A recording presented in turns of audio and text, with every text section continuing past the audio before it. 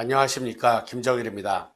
오늘은 이와 같은 리프록시메이션 증례에 대해서 알아보도록 하겠습니다. 이 환자는 40세 된 여자 환자로서 돌출 입을 주소로 내원하였습니다. 약간 입술에 캔팅도 보이게 되고 약간 입이 튀어나온 양상을 보이게 됩니다. 근데 파노라마 상을 보게 되면은 이와 같이 제3대구치는 보이지 않게 됩니다. 그런데 잇몸이 좋지 않은 것을 볼 수가 있게 됩니다.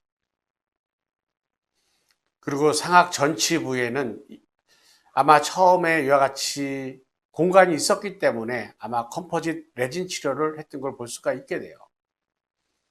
이 환자의 오른쪽과 왼쪽의 레이모스 길이를 보게 되면은 좌우측에서 좌측의 레이모스 길이가 짧은 것을 볼 수가 있게 됩니다. 그런데 구치 관계에 있어서는 1급의 견치 및 구치 관계를 보이게 됩니다. PAV를 보겠습니다. 환자는 정면에서 보면은 좌우 입술에 캔팅을 보이게 되고 교합 평면상에서 보면은 왼쪽이 위로 상방으로 올라간 모습을 보게 됩니다. 그 다음에 왼쪽에 엔테고니알 나치도 또 이와 같이 올라간 걸 볼 수가 있게 됩니다. 이로 인해 하악의 정주항은 좌측으로 편移된 걸 볼 수가 있게 됩니다.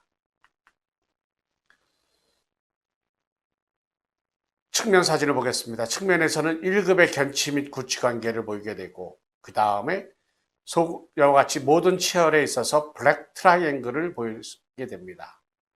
그리고 상악 전치부에 있어서는 레진 치료한 것을 볼 수가 있게 됩니다. 이 환자의 ODI, FPDI, CF를 한번 검토해 보겠습니다.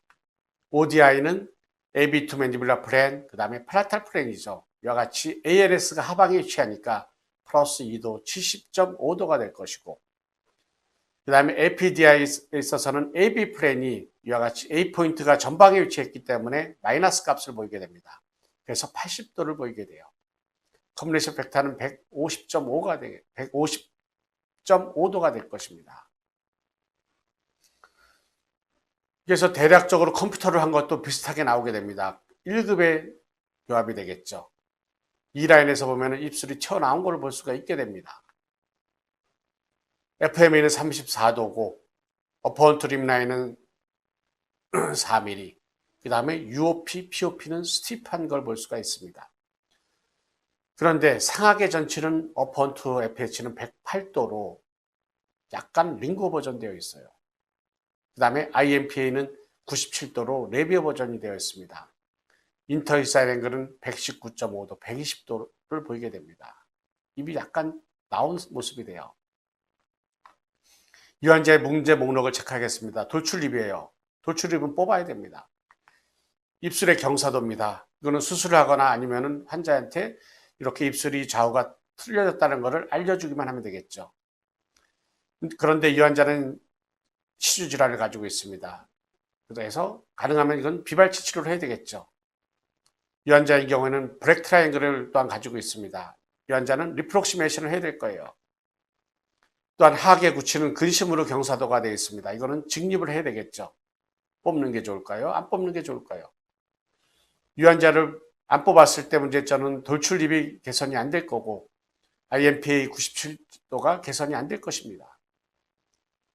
소구치를 뽑았을 때 문제점은 치주 질환이 더 나빠지게 되고 블랙 트라이앵글이 더 심해지게 될 것이에요. 어떤 것을 결정을 했을 때 문제점이 더 많아지게 될까요? 소구치를 발치했을 때 문제점이 더 많아지게 됩니다. 그래서 이 환자인 경우에 있어서는 이와 같이 입술의 경사도가 차이 난 거를 얘기를 해주고 치주 치료를 먼저 해야 되겠죠. 그래서 이 환자인 경우에 있어서는 비발 치료에서 리프록시메이션 할 건지 상악 소구치를 발치할 건지 리프록시메이션을 하는 것이 좋게 될 것입니다. 이럴 때 리프록시메이션의 양문과 그 다음에 상악 전치가 들어가는 양은 거의 1대1의 관계를 보이게 됩니다. 상악 전치부에 있어서는 이와 같이 0.5mm씩 할 수가 있기 때문에 2.5mm. 그런데 상악의 전치부에서는 약간의 총생을 가지고 있기 때문에 한 2mm 정도 또는 1.5mm 정도 들어갈 수가 있게 될 것입니다. 언제 리프록시메이션을 시작하는 게 좋을까요? 총생이 있을 때 하는 게 좋을까요? 아니면 총생을 배열하고 나서 하는 게 좋을까요? 그래서 이런 경우에는 반드시 총생을 어느 정도 배열하고 나서 리프록시메이션을 하는 것이 좋게 되겠습니다. 이 환자는 잇몸이 안 좋기 때문에 먼저 교정치료하기 전에 잇몸 치료를 해야 되겠습니다.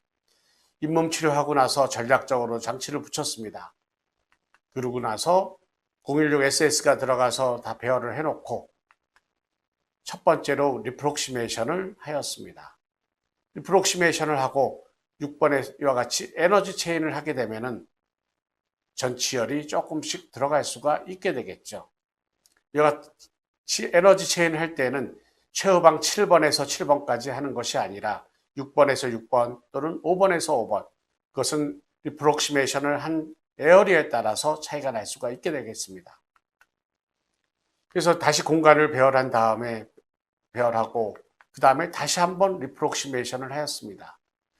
이와 같이 리프록시메이션 두 번째 할 때도 환자한테는 시린 부분이 있는지 없는지 반드시 체크를 해야 되겠죠.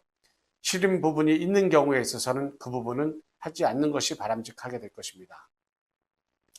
그래서 이때 아치와이어는 016SS상에서 놓고 그 다음에 에너지 체인을 6번에서 6번까지 하게 되는 것이 됩니다. 그리고 교합을 맞추고 또한 하악의 근심경사된 하악의 구치를 직립을 하기 위해서 상하악의 묘가 들어갔고 그 다음에 숏크레스트 일라스틱을 끼게 됐습니다. 그래서 정주항을 맞추고 그 다음에 교합을 맞추고 그리고 제거를 하였습니다.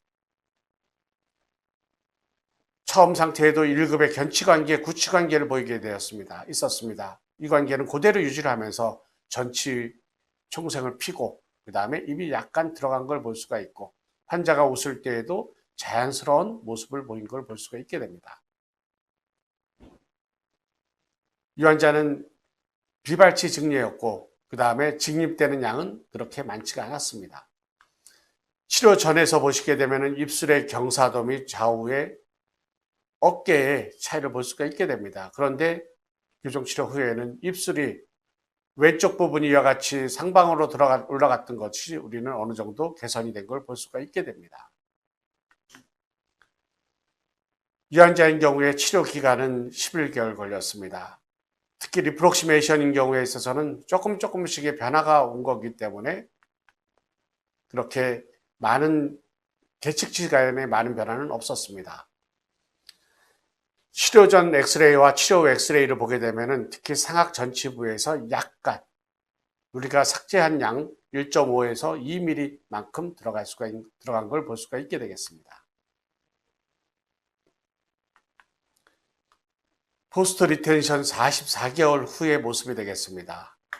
이와 같이 교합은 잘 유지가 되고 있고 그 다음에 잇몸 상태도 더 이상 나빠지지 않는 걸 볼 수가 있게 되겠습니다. 이 환자의 치료 전 측모 및 상악, 그 다음에 하악의 모습이 되겠습니다. 물론 속우치를 발치를 하게 되면 입은 많이 들어갈 수가 있게 됩니다. 그런데 이와 같이 블랙 트라이앵글이 있는 경우에 있어서는 이와 같이 속우치를 발치하고 나서 블랙 트라이앵글이 더욱더 심해질 수가 있게 되겠죠.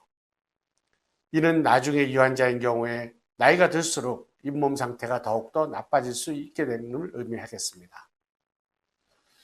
그래서 여러분들이 성인 환자이면서 치아의 모양이, 치관의 모양이 이와 같이 트라이앵귤라 쉐입을 가지고 있는 경우, 그 다음에 돌출입이나 그 다음에 크라우딩을 가지고 있는 경우에 있어서는 여러분이 리프록시메이션을 치료의 첫 번째로 고려하셔야만 될 것입니다.